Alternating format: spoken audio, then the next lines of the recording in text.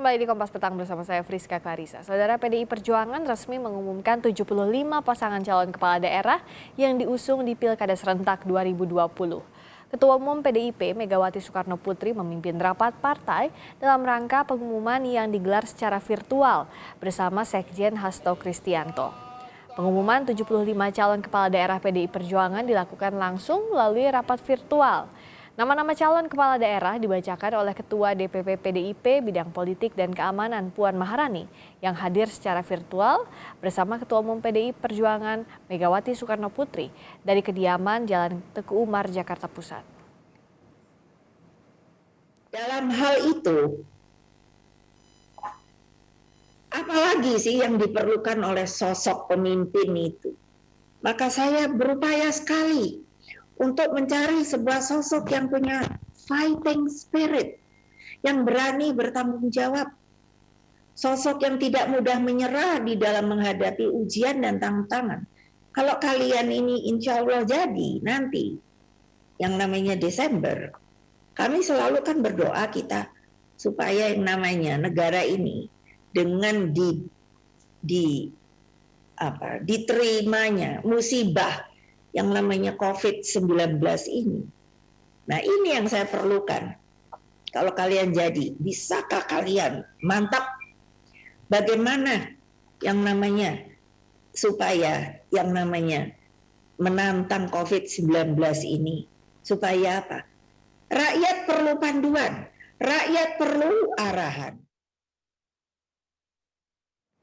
Yang menjadi sorotan adalah PDI Perjuangan resmi mengusung menantu Presiden Jokowi, Bobi Nasution di Pilkada Kota Medan 2020. Bobi nantinya akan mengarungi Pilkada Kota Medan ditemani oleh Aulia Rahman.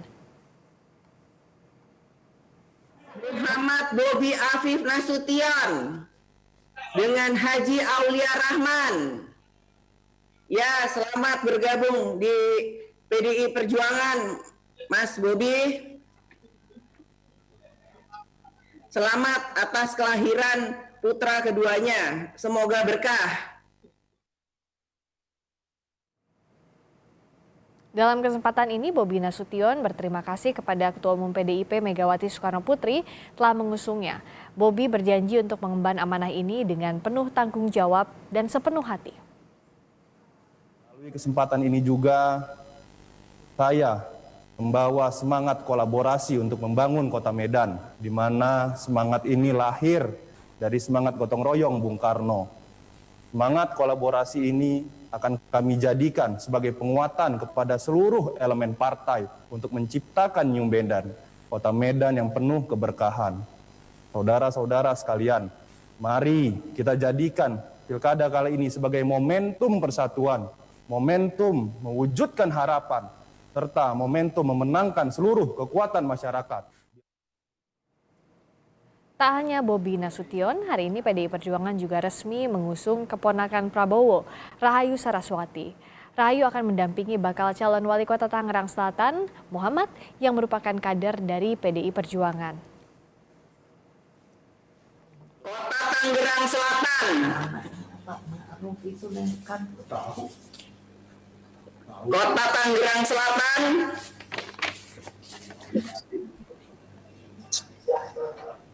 Nama kepala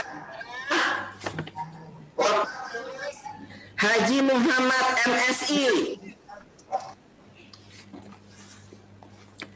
Nama wakil kepala daerah Rahayu Saraswati Haji Kusumo. Mereka. Lalu apa strategi PDI Perjuangan di Pilkada Serentak 2020? Kita akan bahas bersama sejumlah narasumber yang sudah hadir lewat sambungan Zoom. Ada Ketua DPP PDI Perjuangan Sumatera Utara, DPD PDI Perjuangan Sumatera Utara, Jarod Saiful Hidayat. Pak Jarod, selamat sore. Selamat sore. Dan juga Direktur Eksekutif Indobarometer, M. Kodari. Selamat sore, Bung Kodari. Selamat sore Mas Jarod, selamat sore Selamat Kaisa. Iya, selamat sore. Saya ke Pak Jarod dulu karena di Sumatera Utara ini wilayahnya Pak Jarod, khusus untuk penunjukan Bobi. Apakah ini tidak terlepas dari nama besar Pak Jokowi? Karena tidak bisa dipisahkan juga, Bobi ini adalah menantunya Pak Jokowi. Iya, benar bahwa Pak Bobi Nasution ini adalah menantunya Pak Jokowi. Semua orang tahu. Tetapi perlu saya sampaikan bahwa proses rekrutmen di PD Perjuangan itu sangat transparan dan betul-betul setara. Mas Bobi Nasution itu mengikuti tahapan sejak dari awal, ya. Dan kita memberlakukan kandidat siapapun juga itu sama.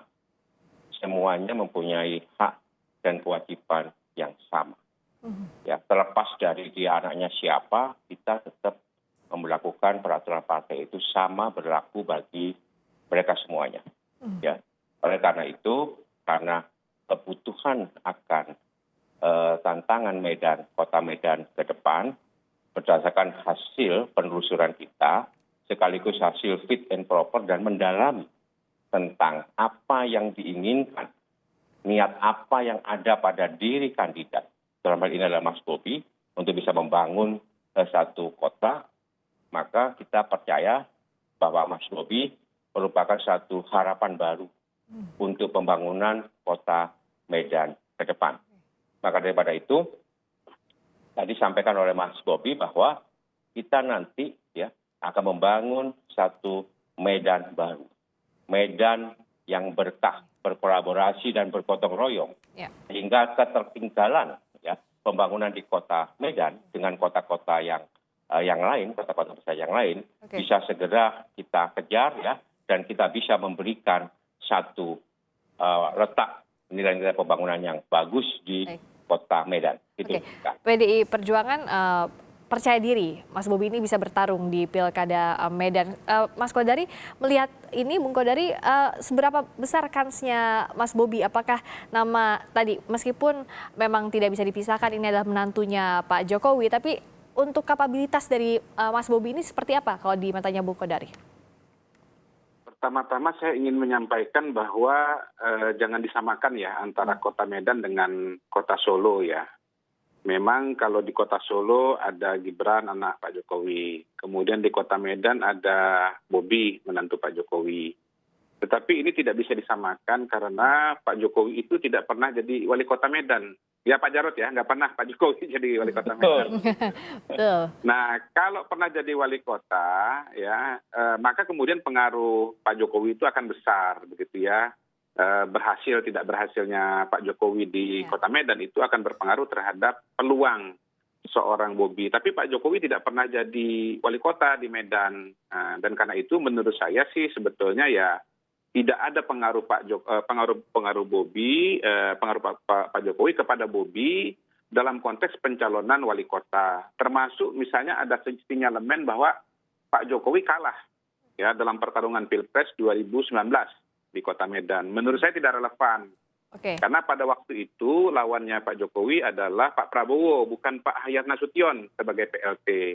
Jadi sebetulnya peluangnya Bobi itu tergantung pertama ya kepada bagaimana Mas Bobi turun ke masyarakat. Karena ujungnya kalau kita bicara langsung adalah turun ke masyarakat. Ya, itu yang pertama. Yang kedua, bagaimana Mas Bobi bisa melihat permasalahan yang ada di kota Medan, lalu kemudian merumuskannya menjadi visi dan misi, menjadi program kerja, dan bagaimana program kerja itu kemudian disampaikan dan diterima oleh masyarakat di kota Medan.